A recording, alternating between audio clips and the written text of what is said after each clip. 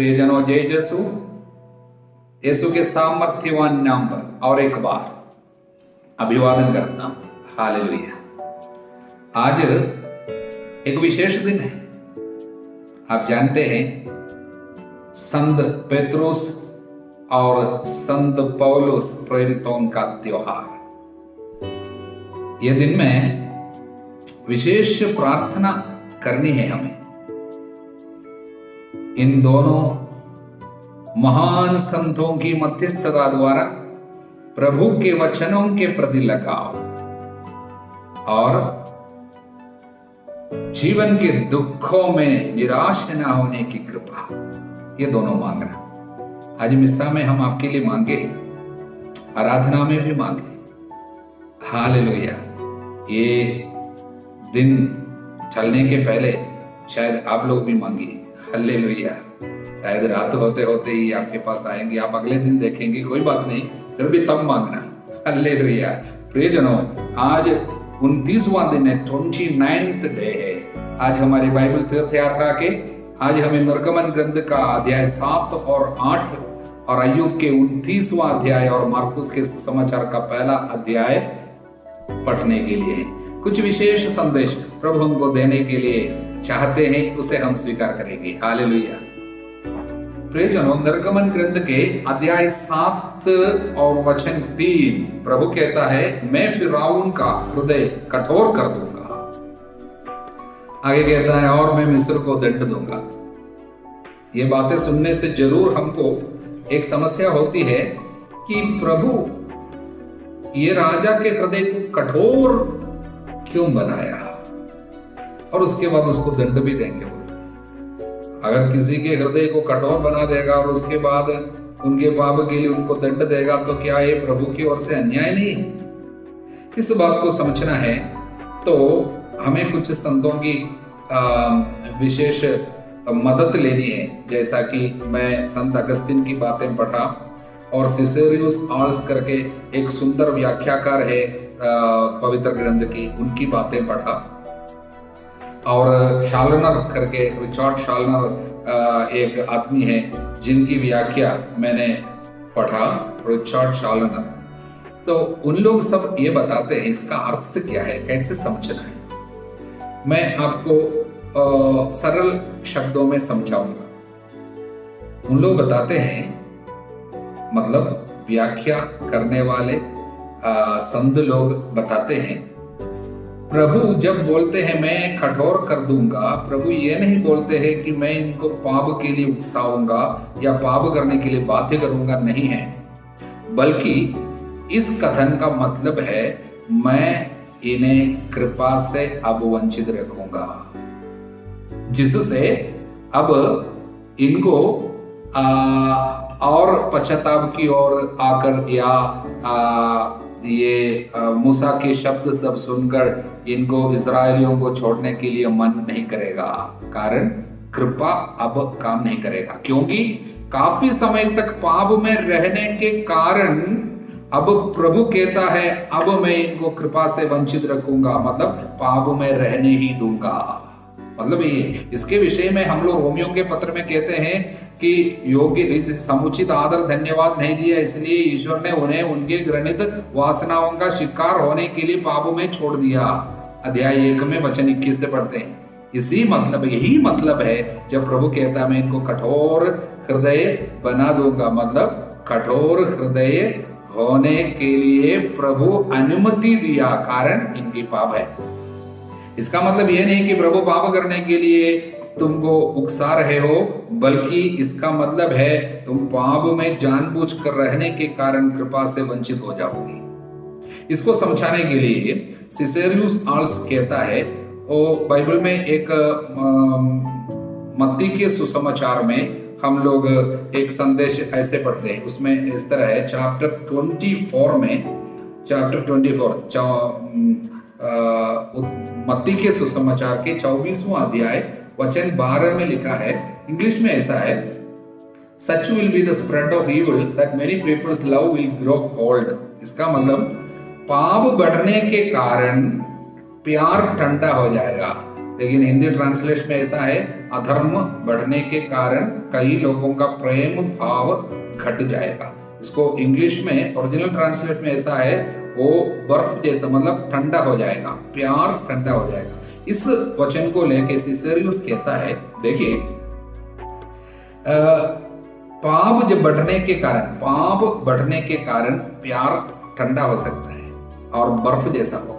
और वो बोलता है पानी जब बर्फ हो जाएगा, अधिक ठंड में रहते पानी जब बर्फ हो जाएगा तो वहां पर अगर सूरज की रोशनी आ जाती है तो वो पिघलने लगेगा, लेकिन सूरज की रोशनी नहीं मिलेंगे तो वो अधिक ठंड में वो बर्फ बनकर बर्फ ऐसा ही रहेगा।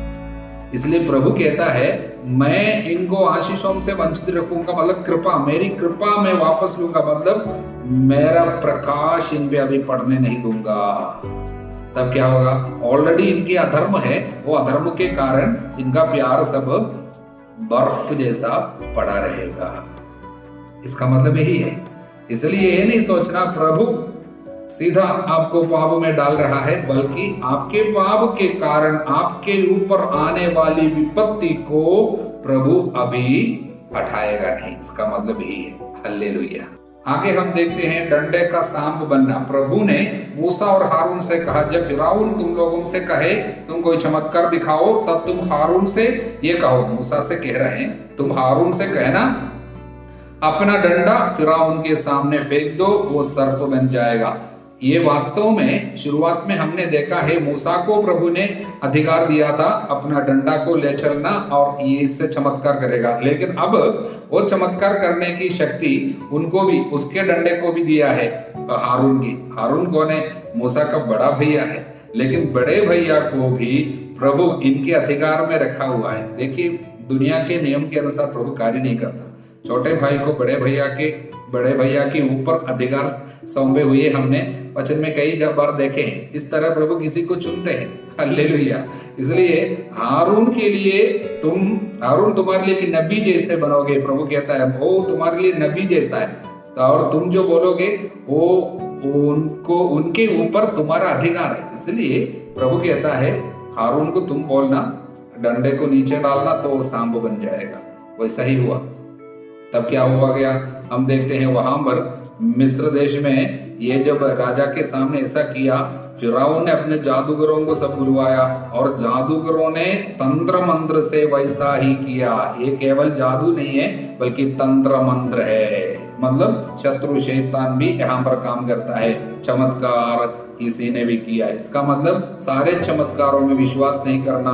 तंत्र मंत्र में भी चमत्कार प्रकट होगा, शैतान भी चमत्कार प्रकट किया और उसके द्वारा ये देखकर क्या हो गया, फिरौन का हृदय फिर से कठोर बन गया। मतलब हमारे लोग भी ऐसा कर सकते हैं। इसलिए शत्रु शैतान भी ऐसे चमत्कार प्रकट करते हुए अपने लोगों को या पाप में रहने वाले लोगों के हृदय को और कठोर बना लेगा। ये संदेश। ऐसे लोग, उदाहरण के लिए पैसा के लिए लालच वगैरह रखने वाले लोग, तुरंत तंत्र मंत्र के जगह में भाग कर जाएगा। और अंतर्दम में अगर अविश्वास की कुछ, मतलब विश्वास की कमी है या पैसा के प्रति लालच है, किसी प्रकार के पाप वगैरह में फंसे हुए हैं, ऐसे लोग एक छोटी सी बीमारी होंगे या तकलीफ आएंगे, तुरंत जहां में भी तंत्र मंत्र वगैरह है ऐसे जगह में जाकर जल्दी फंस जाएगा, क्योंकि ऐसे चमत्कारों पे विश्वास करके जाएगा। ये शैतान का काम है, अपने लोगों के साथ करता है। अपने लोगों के हृदय को और कठोर बनाने के लिए ऐसा कार्य ये चमत्कार जरूर करेगा, अपने लोगों के लिए चमत्कार भी करेगा, लेकिन प्रभु को उनके ऊपर भी अधिकार है। ये समझाने के लिए क्या किया, हारून के डंडे का सर्प उन लोगों के डंडों के सर्पों को निकल गया। मतलब प्रभु का अधिकार हमेशा हावी होता है और वो बना रहता है। बाकी चमत्कार वगैरह वो रहने वाला चमत्कार नहीं है, वो हमेशा बना नहीं रहता है। थोड़ी समय के लिए कुछ फायदा दिखा सकता है, लेकिन वो हमेशा बना रहने वाला चीज नहीं है। केवल प्रभु हमको बचा सकता है। इस बात का संदेश ये चमत्कार के द्वारा प्रभु देना चाहता है। हालेलुया।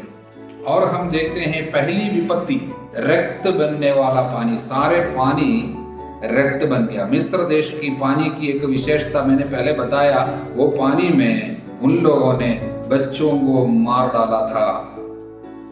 इस तरह पानी मिस्र देश में पाप का कारण बना था, जहां पर राजा ने एक नियम बनाया था, जो बच्चे इस्राएलियों को जन्म लेंगे उनमें कोई लड़का बच्चा होगा, उनको ये पानी में डुबा कर मारना है।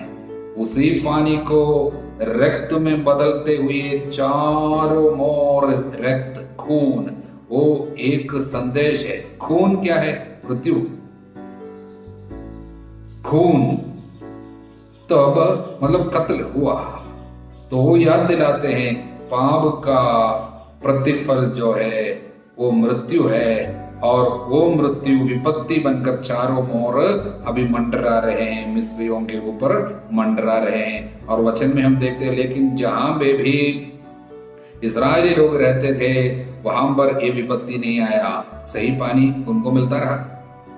हालेलुया।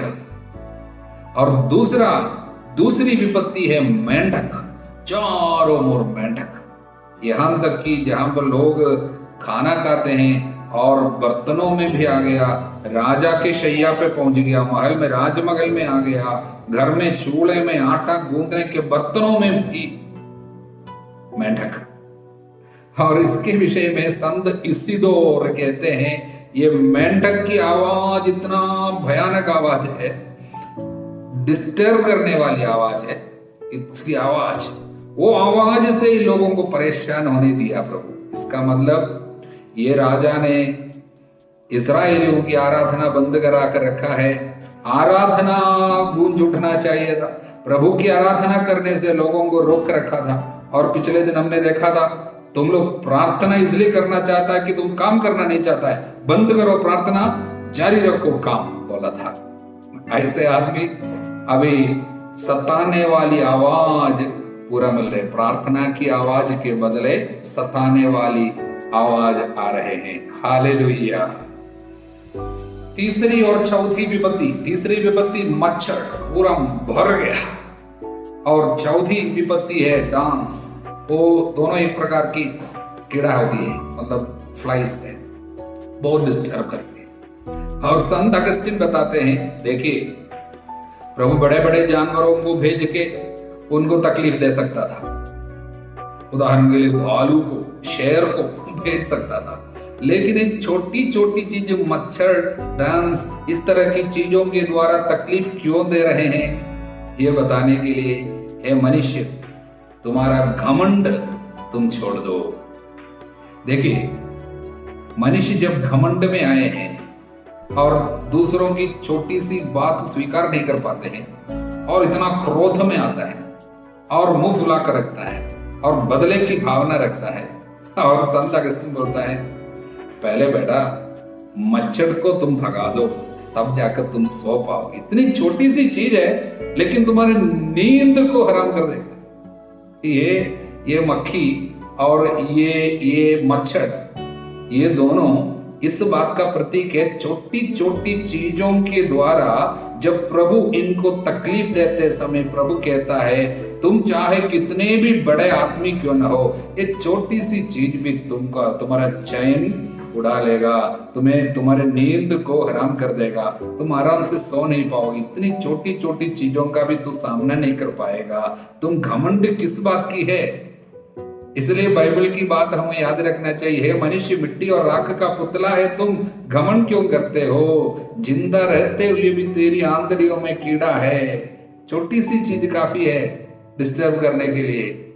इसलिए संदेश यही है, मनुष्य के घमंड को प्रभु चूर करना चाहता है, इसलिए छोटी सी चीजों के द्वारा इनको तकलीफ पहुंचा रहे हैं। और दूसरी एक और बात है, ये मच्छर और मक्खी जो है एकदम मनुष्य को डिस्टर्ब कर देता है। इसलिए संत इसिदोर बोलते हैं कि देखिए, इस्राएल, ये मिस्र देश के लोग पाप के सुख में इतना मस्त थे, इनकी आत्मा इसलिए डिस्टर्ब रहते थे। मतलब इधर थोड़ा सा सुख, उधर थोड़ा सा सुख, जहां भी मुड़े वहां पर उन लोग केवल चाहते थे शरीर का सुख पाने की इच्छा रखते थे। खाना पीना और मौज मस्ती, शारीरिक संबंध और इत्यादि चीजों में फंसे रहते थे, ऐसे लोगों को अब पूरा डिस्टर्ब कर रहे हैं। मतलब तकलीफ देने वाली चीज, शरीर पे तकलीफ देना है, ये आके डसते हैं, ये आके ऐसा जैसे मच्छर कैसे मतलब कैसे किस तरह तकलीफ दे सकता है हम जानते हैं, छोटी सी चीज है, लेकिन उनकी जो चीज जब अंदर जाता है एकदम डिस्टर्बेंस है और गुस्सा भी आएगा, क्रोध भी आएगा, क्योंकि ये चीज को हम कैसे मारो।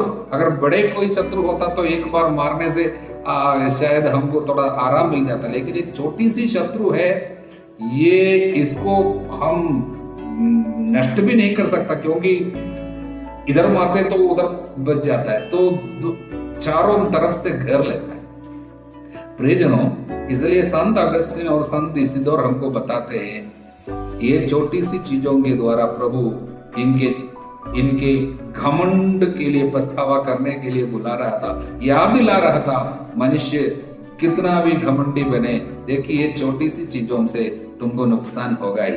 हालेलुया। और दूसरी बात, जैसे अब समझाया, तुम्हारी आत्मा को तुम यहाँ वहाँ काफी सुख सुविधाओं के कारण तकलीफ में डाला और डिस्टर्ब होने दिया, इसलिए ये छोटी सी चीजों के द्वारा आपको डिस्टर्बेंस मिलेगा। याद रखना, जैसे हम लोग पाप करते हैं उसी तरह यंत्रणा आ जाती है। जो कोई जिसके द्वारा पाप करता है उसके द्वारा यंत्रणा मिल जाती है, वचन में याद रखना होगा। हालेलुया। आगे हम और कल फिर से देखेंगे। अब हम अय्यूब के ग्रंथ के 29वां अध्याय में जाएंगे, 29th chapter of Job। अब अय्यूब अपने पुराने दिनों को याद करते हैं और अपने जीवन की एक क्या है, जीवन की एक व्याख्या दे रहे हैं संक्षिप्त रूप में। मेरा जीवन यही था अब तक। क्या है वो बोलता है, ईश्वर मुझे सुरक्षित रखता था, उसका दीपक मेरे ऊपर चमकता था, रात के समय ईश्वर की ज्योति में चलता था, समृद्धि में जीवन बिताता था, ईश्वर की कृपा दृष्टि प्राप्त थी, सर्वशक्तिमान मेरे साथ था। देखिए कितने बार बोलता है प्रभु मेरे साथ था, प्रभु मेरे साथ रहता था, इसलिए मैं अच्छा खासा रहता था। और आगे कहता है, मैं देखिए अंधों के लिए आंख बन गया था, वचन 15 से, लंगड़े के लिए मैं पैर बन गया था, मैं दरिद्रों का पिता जैसा था, अपरिचितों को न्याय दिलाता था, दुष्टों के दांत तोड़ देता था, उनके जबड़े से शिकार छीनता था। मतलब जो दुष्ट काम करता है उनके जबड़े से मैं गरीबों को सब बचा लेता था। और जल स्रोत मेरी जड़ें सिंचता, ओस मेरी डालियों पे उतरती थी, ऐसे एक पेड़ की तरह मैं खड़ा रहता था। मेरी प्रतिष्ठा चिर नवीन रहेगी, मैंने सोचा था। लोग सब मेरा आदर करते थे, काफी लोग, जहां में भी मैं जाता था लोग मुझे सुनने के लिए तैयार होते थे, मेरे आदर में लोग खड़े होते थे। और वो बोलते हैं, मेरी मुस्कुराहट से मैंने लोगों की उदासी को दूर करती थी। इसलिए मैं लोगों को देखी, उनकी कमजोर लोग है अगर या कुछ दुख में है, मैं मेरी मुस्कुराहट से ही उनके अंदर एक नया जोश भर देता था। उनके अपनी आंखों पर उन्हें जिनके पास अविश्वास या जिनके पास भरोसा की कमी थी, उनको सब मेरी उपस्थिति से भरोसा और खुशी सब मिलती थी। प्रियजनों, वो अपने जीवन की व्याख्या जब इस तरह दे रहे हैं, आपकी उनकी हालत कैसे है, तो आपके अंदर जरूर समस्या, प्रश्न ये उठेंगे। इतने अच्छा जीवन बिताने वाला, इतनी सेवा करने वाला, गरीबों की मदद करने वाला, ये आदमी की हालत ऐसा क्यों प्रभु होने दिया। आगे पढ़ते जाना। प्रियजनों, इतने सुंदर कार्य करने के बावजूद यदि इनको दुख में उतरना पड़ा है तो प्रभु हमें क्या शिक्षा देते होंगे।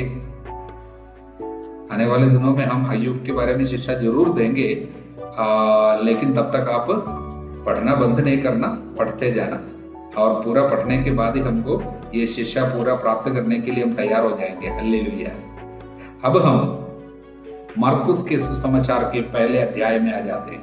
मार्कुस के सुसमाचार की विशेषता, सबसे पहला सुसमाचार यही है। 4 सुसमाचारों में सबसे पहले लिखा गया है मार्कुस का सुसमाचार, और सबसे छोटा सुसमाचार मार्कुस का सुसमाचार है, क्योंकि मार्कुस यीशु के बचपन के बारे में, जन्म के बारे में और वंशावली के बारे में सब कुछ नहीं बोलता।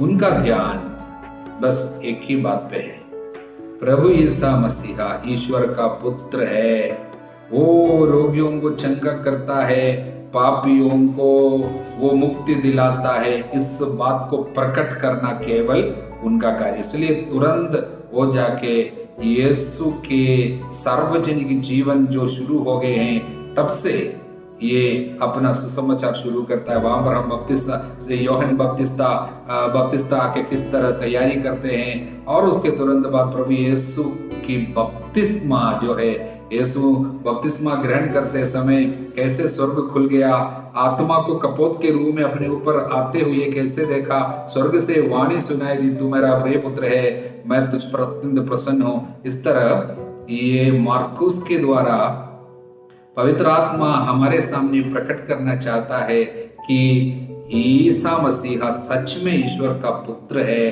पिता का भेजा हुआ पुत्र है, और पवित्र आत्मा इस पर कार्य करता है, इस पर उतरा हुआ है, और ईश्वर ये कार्य ईसा मसीह के द्वारा हमारे लिए जो करना चाहता है उसके लिए हमें तैयार अपने को करना है। ये संदेश के साथ संत मरकुस शुरू कर रहे हैं। हालेलुया। इसके बाद आत्मा ईसा को निर्जन प्रदेश ले चला। ये कौन आत्मा है? पवित्र आत्मा है। ठीक है, पवित्र आत्मा तुरंत निर्जन प्रदेश में, मरुभूमि में लेकर जाता है। पवित्र आत्मा यीशु को मरुभूमि में जाने के लिए लेकर गया, मरुभूमि लेकर गया। वहां पर वे 40 दिन वहां रहे। शैतान उनकी परीक्षा ली। प्रियजनों, पवित्र आत्मा जब एक व्यक्ति पे कार्य करता है, ये नहीं सोचना आपको फिर कोई प्रॉब्लम नहीं होगा, कोई मरुभूमि में नहीं जाना पड़ेगा, और आपका कोई परीक्षा नहीं होगी, टेम्पटेशन नहीं होगा। और आगे कहता है वे बनैले पशुओं के साथ रहते थे। देखिए ऐसे चीज रहते थे, जंगली जानवर, बनैले पशु। इसका मतलब पवित्र आत्मा एक व्यक्ति को जब इस्तेमाल करता है, उनके जीवन में यह सब होगा। क्या क्या परीक्षा होगी? शत्रु शैतान आकर परीक्षा देंगे, हमारे लेंगे परीक्षा, बहुत प्रकार की टेम्पटेशन होगा। कभी रोटरी सब भाग लेने के बाद या वचन सब पढ़ने के बाद यहाँ पे ये नहीं सोचना मेरे को अभी कोई परीक्षा नहीं होगा। टेम्पटेशन बहुत ज्यादा होगा, लेकिन प्रभु साथ है। आगे हम देखते हैं स्वर्गदूतों ने उनकी सेवा परिचर्या करने आए। स्वर्गदूत रहते थे, स्वर्गदूतों को प्रभु भेज देगा साथ में मदद के लिए। साथ में रहने वाले लोग शायद मदद नहीं करेंगे, क्योंकि वो बनैले पशुओं की तरह रहेगा, वाइल्ड एनिमल्स। और घर में मरुभूमि एक्सपीरियंस होगा, अनुभव, सूखा सूखा, सूना सूना। उसके लिए आपको किसी दूर में मरुभूमि में, राजस्थान के मरुभूमि में सब जाना नहीं पड़ेगा, घर ही मरुभूमि बनेगा, या काम का जगह मरुभूमि एक्सपीरियंस आपको मिलेगा। वहां में भी बनैले मतलब ये जंगली जानवर के जैसे स्वभाव वाले आदमी लोग दिखाई देगा। आदमी लोग आपके साथ ऐसा व्यवहार सब कर सकता है, लेकिन संरक्षण आपको प्रभु की आत्मा देते रहेंगे। इसलिए पवित्र आत्मा से संचालित होकर केवल चलना। आगे हम देखते हैं प्रभु अपने पहले शिष्यों को बुला रहे। गलीलिया के समुद्र के किनारे से होकर जा रहे थे, तब प्रभु ने सिमोन और उसके भाई अंद्रेस को देखा। आज प्रियजनों, सिमोन के पर्व के दिन में, संत पेतरुस के पर्व के दिन में पेतरुस की बुलाहट की बात हमारे सामने आ गई। ये बात इत्तेफाक नहीं है, बाई चांस नहीं है, बल्कि इस बात का संदेश है कि प्रभु हमारे साथ है, और संत पेतरुस की विशेष मध्यस्थता आज हमारे साथ है। हालेलुया। उसके पहले प्रभु सुसमाचार का प्रचार करते हुए शुरू किया। समय पूरा हो चुका, ईश्वर का राज्य निकट आया, पश्चाताप करो, सुसमाचार में विश्वास करो। सुसमाचार में विश्वास करना है तो पश्चाताप करना है, तब जाके आपके पास राज्य आ जाएगा। पश्चाताप जो करता है उनके पास में ईश्वर का राज्य आ जाता है। हालेलुया। बाइबल का संदेश यही है, सुसमाचार में विश्वास करना है कैसे? पश्चाताप करते हुए। पश्चाताप करने से क्या होता है? पास में आ जाएगा राज्य, ईश्वर का राज का अनुभव आपके पास में आ जाएगा। तो इन मछुआरों को प्रभु बुलाया और उनको भी ये संदेश दिया, देखो तुम अभी मच्छी पकड़ना छोड़ दो, मैं तुम्हें मनुष्यों को पकड़ना सिखाऊंगा, मनुष्यों के मछुए बनाऊंगा।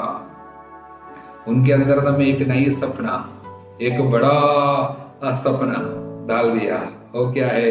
तुम अभी मनुष्यों को पकड़ने वाला बनोगे। इसका मतलब मनुष्यों के ऊपर मैं तुमको अधिकार दूंगा, आत्माओं को बचाने वाला बना दूंगा। और हमें प्रभु की एक कार्य करना, ईश्वर के लिए आत्माओं को बचाने का कार्य करना, एक बड़े कार्य के लिए प्रभु ने इनको चुना। वे तुरंत अपने जाल छोड़कर उनके पीछे हो ली। प्रभु के वचन में इतना सामर्थ्य, तुरंत छोड़ दिया जाल, सब यूं ही छोड़ दिया।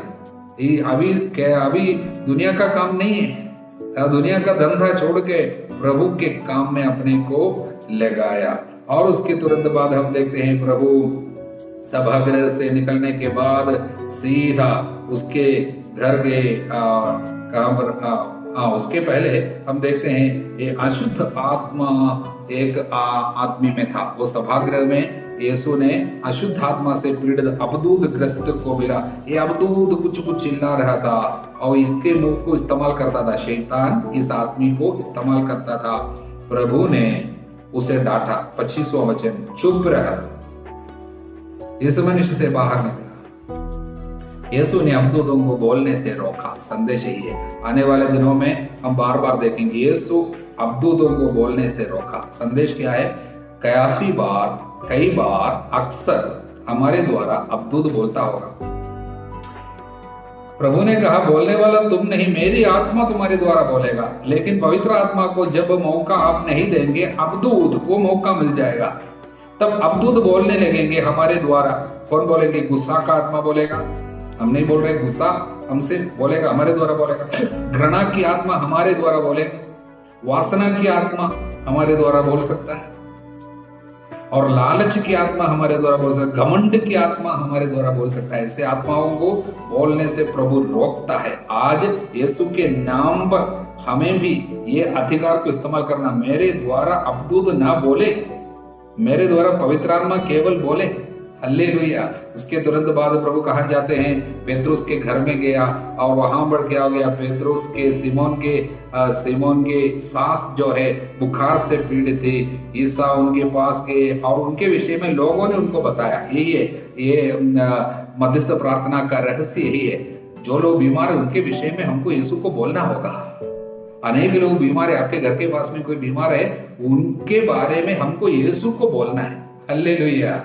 यीशु को बोलना मतलब प्रार्थना में उनकी बात हमें याद दिलाने है। मध्यस्थ प्रार्थना। तब यीशु उनके हाथ पकड़कर उनको उठाया, उनका बुखार जाता रहा, वह प्रभु की सेवा में लग गई। वो सेवा केवल चाय बिस्कुट खिलाने की सेवा नहीं थी, मैंने पहले आपको समझाया। वो सेवा क्या थी? गई चारों ओर और यीशु के लिए लोगों को लेके आई, यीशु को चंगा करने के लिए बीमार लोगों को लेके आई। इसलिए संध्या समय सूरज डूबने के बाद लोग सभी रोगियों अबदूद ग्रस्तों को उनके पास ले आए। सारा नगर द्वार पे एकत्र हो गया। वचन कहता है, वचन कही सारा नगर, वो नगर के जितने भी लोग बीमार थे सब ये द्वार पे, मतलब पेत्रुस के घर के द्वार पे एकत्र हो गए। एक किसकी सेवा है? वो सास की सेवा है। वो जाके लोगों को यीशु के पास लेके आए। इसलिए चंगाई का मतलब क्या है? हर एक चंगाई एक बुलाहट है। काय की बुलाहट है? जाके यीशु की सेवा करना, आत्माओं को बचाने का काम करना, लोगों को यीशु के पास लेके आना। और यीशु क्या आशीर्वाद दिया? वे अबदूदों को बोलने से रोकते थे। देखा, यीशु अबदूदों को बोलने से रोका। ये कार्य प्रभु हमारे लिए भी करेंगे। आज दावा करना, हमारे लिए भी अबदूदों को प्रभु रोकेगा, हमारे द्वारा बोलने से रोकेंगे। हल्लेलुया। अब हम अध्याय 1 के वचन 35 में देखते हैं, प्रभु बहुत सवेरे उठकर घर से निकले, किसी एकांत स्थान जाके प्रार्थना करने लगे। कहां के? एकांत स्थान में। एकांत का अर्थ आप समझते हैं? हाँ, ये दो शब्द जुड़ा हुआ है, एक अंध। एकांत का मतलब जहां एक का भी अंत होता है वहां एकांत है, जहां एक का भी अंत होता है वहां पर एकांत है। मतलब क्या है मालूम? एकांत में प्रार्थना किया, इसका मतलब यही है वहां पर एक का अंत हो गया, मैं नहीं हूं। हालेलुया। इसका मतलब अभी मेरे लिए कुछ भी नहीं है, पिता की इच्छा, अब मैं नहीं हूं। यही है मतलब, प्रार्थना का मतलब यही है, मैं नहीं। लेकिन हमारे प्रार्थना ज्यादातर क्या है? प्रभु मैं परेशान हूं, प्रभु मेरा ये प्रॉब्लम है, आपको मालूम है उसने मेरे साथ क्या किया, उसका अंत होना है। प्रभु के पास जाकर बैठने का मतलब मैं नहीं हूं प्रभु, मैं छोड़ रहा हूं, मैं समर्पित करता हूं, मुझे आपके सामने में रख दिया हूं, अब आपकी इच्छा पूरी हो, प्रभु की इच्छा पूरी हो, प्रभु बात करने दो, अब मेरे को कुछ नहीं बोलना है। ये एकांत, प्रार्थना में एकांत होना जरूरी है। हालेलुया। इसलिए प्रभु प्रार्थना के लिए हमको आमंत्रित करता है। बड़े सवेरे उठकर प्रार्थना के लिए यीशु जाता था, हमको भी निमंत्रण देता है सुबह उठना, प्रार्थना करना। आगे हम देखते हैं कोढ़ी को स्वास्थ्य लाभ। एक कोढ़ी आया, मतलब जो है उनसे सब लोग डरता है। आजकल कोरोना से लोग डरते हैं, कोरोना किसी को मिला बोलने से लोग इतना डरते हैं, भागते हैं। उसी तरह उस समय कोढ़ एक ऐसी बीमारी थी, लेप्रोसी जो है एक ऐसी बीमारी जिससे लोग डरते थे, कोढ़ियों को दूर भगाते थे। ऐसा कोढ़ी यीशु के पास आया, गिड़गिड़ा कर बोला, आप चाहे तो मुझे शुद्ध कर सकते हैं, यदि आप चाहे तो मुझे शुद्ध कर सकते हैं। ईसा ने उनको देखा, तरस होया और हाथ बढ़ाकर ये कहते हुए उसका स्पर्श किया जानबूझ के।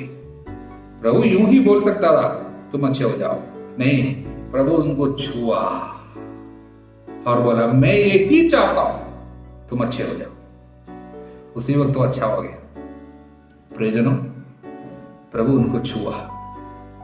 प्रभु के नाम पे ये अधिकार हम स्वीकार करें। किसी से डरना नहीं है, बीमार लोगों को भगाना नहीं है। बीमार है कोई बोल के उनसे डरना, उनसे नफरत करना कभी नहीं करना। प्रभु का अधिकार हमारे पास है। इसका मतलब मैं नहीं बोलता हूं कोरोना से कोई पीड़ित है उनके पास जाकर आप उनको छुओ करके, नहीं प्रियजनों, लेकिन हम दिल से उनको छू सकते हैं, हमारे दिल से उनको छू सकते हैं, प्रार्थना में उनको छू सकते हैं। उनसे नफरत नहीं करना, उनको सब दिल में लेके आना। और प्रभु नहीं चाहता इन नन्हों में कोई नष्ट हो जाए। प्रभु कहता है मैं यही चाहता हूं तुम अच्छे हो जाओ। प्रियजनों, हमसे प्रभु ये कहते हैं मैं ये चाहता हूं बेटा तुम अच्छे हो जाओ। किसने कहा हम अच्छे नहीं होंगे? किसने कहा हम ठीक नहीं होंगे? किसने कहा हम बुराई से बाहर नहीं आएंगे? किसने कहा तुम्हारा परिवार कभी अच्छा नहीं होगा?